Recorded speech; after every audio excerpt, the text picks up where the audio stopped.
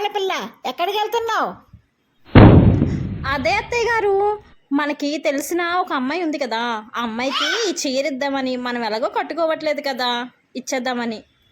తను కట్టుకుంటుందని. నా కొడుకు సొమ్మంతా ఇలాగే తగలెట్టేస్తున్నావు.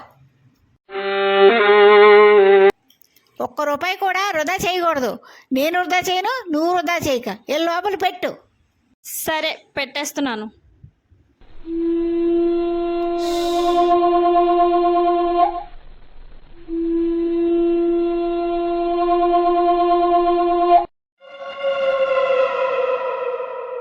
అవును కానీ ఈ డ్రింక్ నిలికేను ఎక్కడ దొరకలేదు. ఎక్కడ దొరికింది?